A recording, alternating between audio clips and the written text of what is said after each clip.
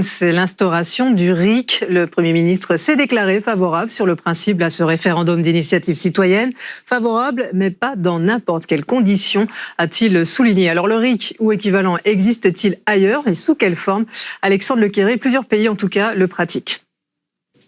Oui, et le pays auquel on pense le plus naturellement, c'est la Suisse, où ça existe depuis le 19e siècle. En Suisse, donc, on appelle ça des votations.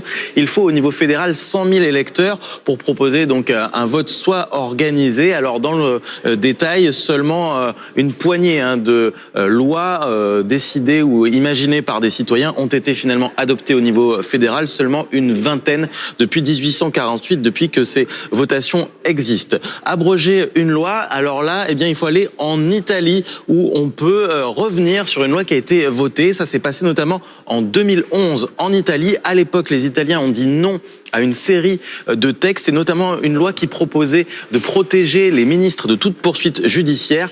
Et à l'époque, ce référendum a ébranlé considérablement le pouvoir de Silvio Berlusconi. Et puis enfin, pour ce qui concerne la révocation des élus, alors là, il faut se rendre aux États-Unis et par exemple en Californie où en 2003, souvenez-vous, c'était l'élection d'Arnold Schwarzenegger à la tête de l'État de Californie. Eh bien, ça faisait suite à la révocation du gouverneur en place, un gouverneur démocrate. Là-bas, ça s'appelle le recall, la révocation. Il y a de nombreux États américains qui pratiquent ce genre d'initiative populaire, mais ça n'existe pas, par contre, au niveau fédéral.